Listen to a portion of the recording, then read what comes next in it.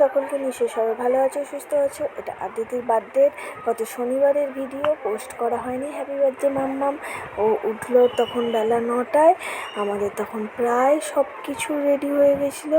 উঠে দেখো ও সব কিছু দেখে কি আনন্দে করে চলছিল ব্যাঙের মতন। ওকে ব্রাশ করিয়ে নিয়ে এবার ওর বাবা চলে এসেছিলো কিছু বাজার নিয়ে এসে, কিছু সবজি, কিছু মুদিখানা আর কিছু মাছ নিয়ে এসেছিলো। দেখো কি মাছ এনেছিল আদিতির জন্য। আর সবই আদিতির নাম করে, জানি না ও কতটা খাবে বা খেয়েছে খাবে। এই দেখো পমপ্লেট মাছ এনেছিল, একটা মাছে মাথাও এনেছিল বড়, ওর ঠাম্মির শখ। আর চিংড়ি মাছ এনেছিল।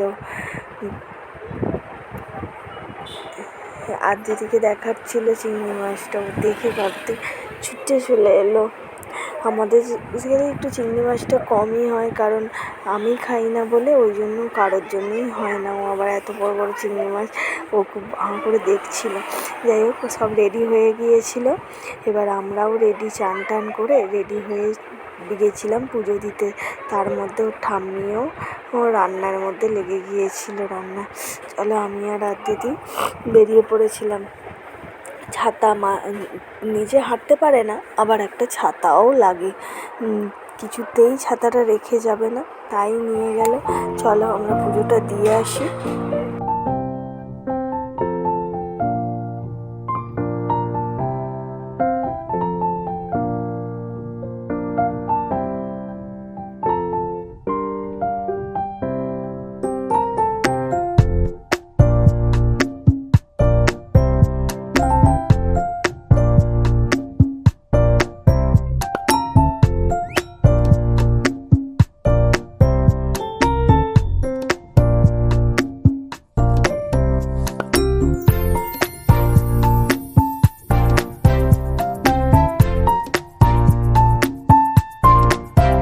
আমরা এদিকে পুজো দিচ্ছিলাম, ওইদিকে ঠাম্মি সমস্তটা রান্না করছিল।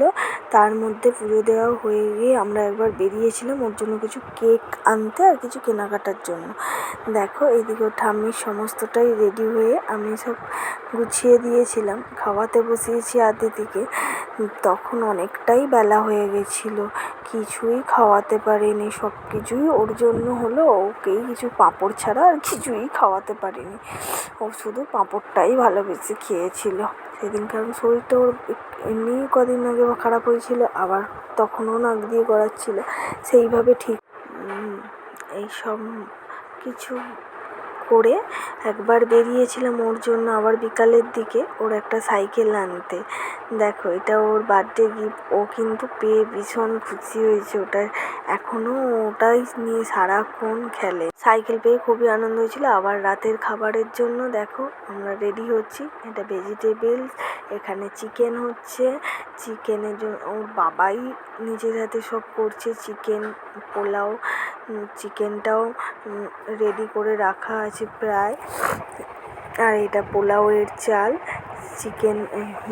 চিকেনটাও প্রায় রেডি হয়েই হয়ে গেছে। এবার পোলাওটা এবার আদিতিকে বার্থডের জন্য রেডি করে একটু আধটু সাজিয়ে নিয়ে আমাদের যেমন জায়গায়, এই যে দাদারা এসেছে, ওকে সাজিয়েছিলাম।